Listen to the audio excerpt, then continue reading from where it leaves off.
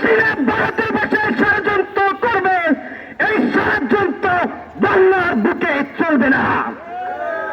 বাংলাদেশ গণঅধিকার পরিষদ প্রতিনিয়ত চোখে আঙ্গুল দিয়ে দেখিয়ে দেবে। এক আসিফ নজরুল বাইরে অপমান হলে লাখো আসিফ নজরুল বাংলার বুকে অপমান হয়। আমি বলতে চাই, এই আওয়ামী লীগের দোষরা দেশের বাইরে বসে ষড়যন্ত্র চালালে বাংলাদেশে এই আওয়ামী লীগের একটা কুত্তালিক ধরে আনতে হবে। অসম্মানিত করা হয়েছে, প্রতিবাদ করলে হবে না।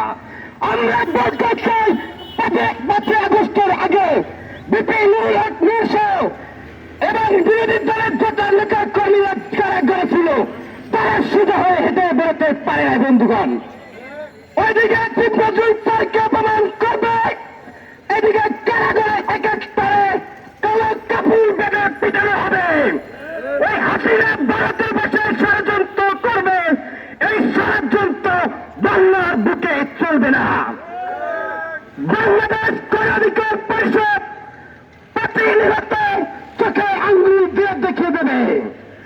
এক আসিফ নজরুল বাইরে অপমান হলে লাখো আসিফ নজরুল বাংলার বুকে অপমান হয়।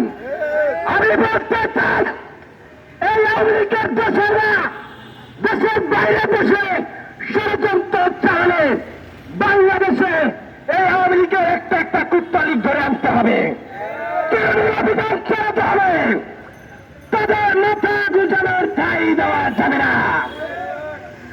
আমি বলতে চাই, এই শেখ হাসিনা পূর্বে যাবে বাংলাদেশের জনগণকে জিম্মি করে রেখেছে, ওই ভারতে বসে মোদির সাথে দেবাই বউ খেলে বাংলাদেশের জনগণকে জিম্মি করে রাখবেন।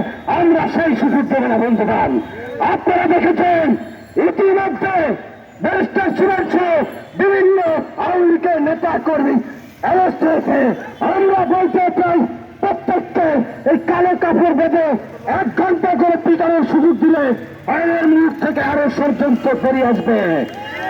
আমি বলতে চাই, কাউকে ছাড় দেওয়া হবে না। আসিফ নজরুল স্যারকে যারা অপমান করবে, ডক্টর ইউনূস যারা এদেরকে অপমান করবে, তাদের পিঠের ছাল থাকবে না। বাংলাদেশ শ্রমিক অধিকার পরিষদ জবাব দিবে। বাংলাদেশ গণঅধিকার পরিষদ, যুব অধিকার পরিষদ আছে। এই ডক্টর ইউনূস অন্তর্বর্তী সরকারের সাথে আমরা থাকবো ইনশাল্লাহ। ধন্যবাদ।